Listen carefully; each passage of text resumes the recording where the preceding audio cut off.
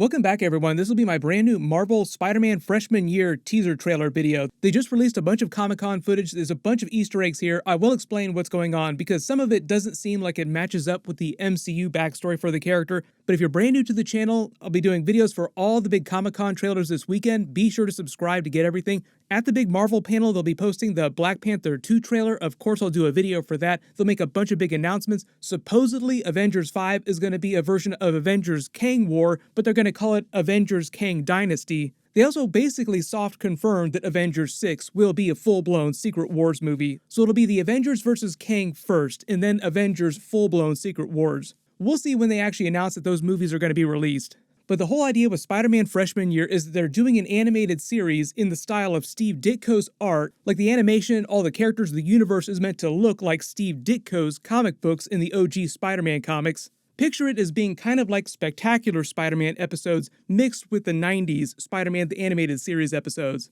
And it's going to start with him being in freshman year with him getting the spider bite, and we'll follow him through his origin story because they kind of skipped over that during Captain America Civil War. But here's the thing, because of some of the footage they released, some of the scenes, like Norman Osborn is a big character during it, Oscorp exists, Harry Osborn exists during it, he has a relationship with him, and there are a bunch of characters and the backstory for the character is very different. So it sounds like the show is going to be set in a different universe, and it won't be 616 MCU Spider-Man. Like it'll be very similar, but there'll be a couple minor differences. For example, like the look of the characters looks very different, looks much more comic book accurate, but much less like MCU versions of the characters. For instance, Doctor Strange looks very different, and in the MCU when Daredevil is supposed to get his back in black suit, like the black Daredevil suit during the new Daredevil episodes, it'll look a little bit different from this black suit. And yes, you heard that right, Charlie Cox is going to come back as Daredevil during the series. It'll be our genuine Daredevil Spider-Man crossover in a way that you didn't see during Spider-Man No Way Home. Like that was a Spider-Man Daredevil crossover, but it was more like a Matt Murdock Spider-Man crossover, or Matt Murdock and Peter Parker crossover. This time, it'll be genuine Daredevil doing Daredevil things, being a vigilante, with Spider-Man being in his full Spider-Man costume, although obviously a slightly different version of the Spider-Man costume.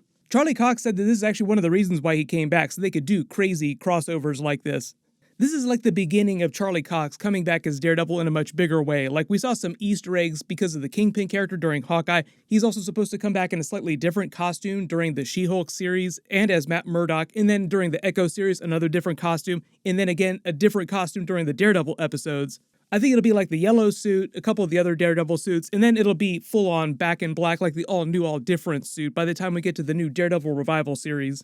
But that's just the beginning. I know you all have questions about Norman Osborn and Green Goblin because one of the villains will be Norman Osborn, who, based on the footage in this universe, seems like he's running a version of Oscorp and has a pre-existing relationship with Peter through Harry Osborn, like they did in the comics. I believe he and Harry are school friends like they were in the comics, and then he becomes sort of a surrogate father to Peter, and it's sort of like a comic book backstory. He cares about Peter and his son, but he's got all this shady Oscorp stuff going on the side.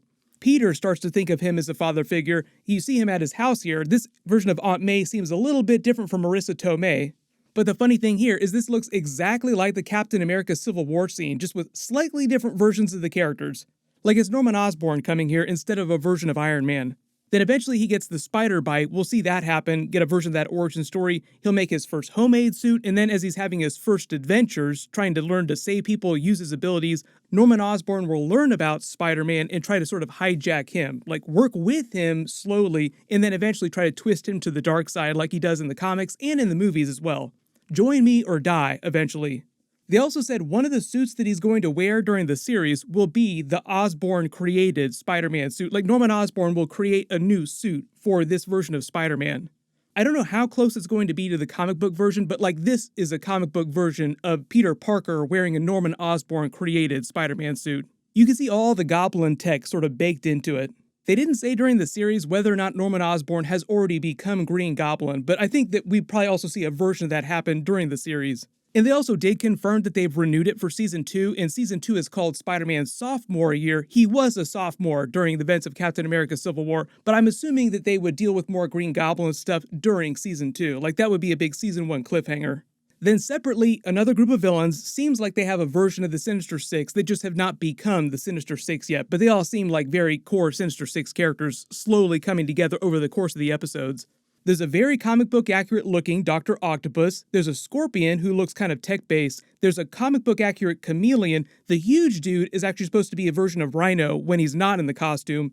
I'm not sure who the woman with the blonde hair with the mohawk is supposed to be, but she seems kind of like a brawler just based on her fists. This female villain with the black hair, the red streak in the blades might be a version of Tarantula, because it said Tarantula would be one of the villains, and we don't really know who the third version of the character is supposed to be, but they got tied up with Nico Minoru, and Nico is a character during the series, so this could just be a version of Tarantula.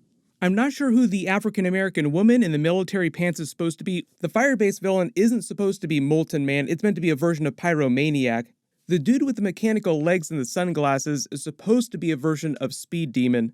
A version of Tombstone is also supposed to appear during the series, but let me know in the comments if you do think you know who Military Pants and the Mohawk are supposed to be. Some of his allies that they showed off in the series will be Charlie Cox's Daredevil, like I said, slightly different back in black suit, and he'll be the Matt Murdock lawyer by day as well. There'll be Doctor Strange, who obviously looks a little bit more comic book accurate to the original Steve Ditko Doctor Strange. Nico Minoru from Runaways, like I said. There's even a scene of Spider-Man and Doctor Strange both trying to save her from some dark being or a shadow demon from another dimension, because she comes from a family of dark wizards, so that's the magic-based connection to Doctor Strange. We also just saw a whole lot of Spider-Man and Doctor Strange together during Spider-Man No Way Home. We'll see if they break this universe during this series too.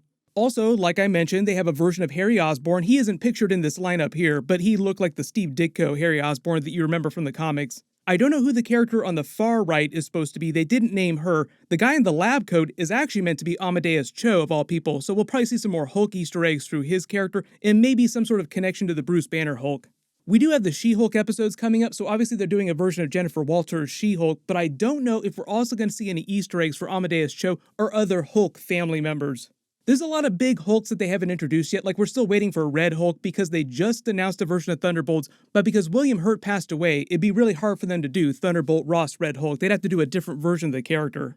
Nico is standing next to him, like I mentioned, and I don't know who the other three characters to the right of her are supposed to be, or if they're related to each other, or related to the other evil character with Doctor Octopus with the military pants, because they all kind of look similar, so they could be from the same family.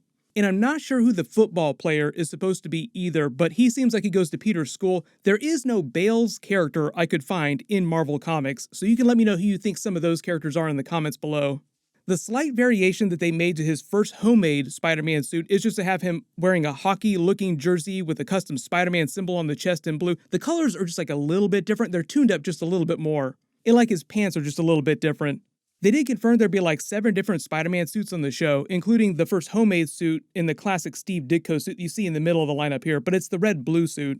All 5 of these suits include versions of the Spider-Man Slingers team suit. That's the big Easter egg here for those of you that didn't read the Slingers storyline. That involved another team of people that Spider-Man basically gave his suits to. But from left to right, it's Hornet, the black one is Dusk, the classic blue and red Steve Ditko suit, like I said, that was his second suit. Technically, the very first Spider-Man suit was meant to be red and black, which I talked about during my Spider-Man Far From Home videos because that inspired the version that he got during that movie. The white suit on the right of that is either a future Foundation suit, which kind of blows my mind because that also means that the Fantastic Four were in this universe, and this last one on the right is Prodigy.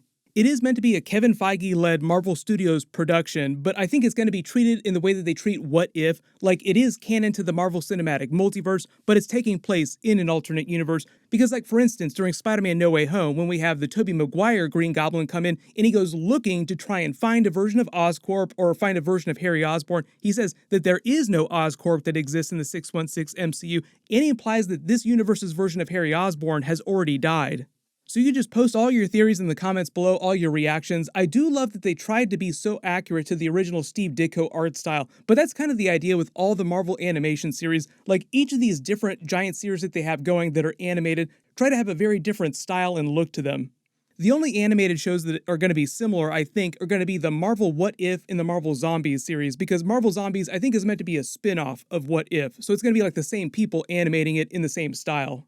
I've already done a What If Season 2 trailer video, so I'll link that at the end of this and down in the description, but I will do a separate video for the Marvel Zombies teaser, and I'll do a teaser video for the new X-Men 97 preview that they showed off in the next couple of days, so make sure to enable alerts for my channel so you don't miss that. The real big news is that the big Marvel panel is happening later tonight as I'm posting this video. I will do a video for the Black Panther 2 trailer next. You can click here to watch that. I'll update the link as soon as I post it, and you can click here for my What If Season 2 teaser trailer video. Thank you so much for watching, everyone stay safe, and I'll see you guys in the next one.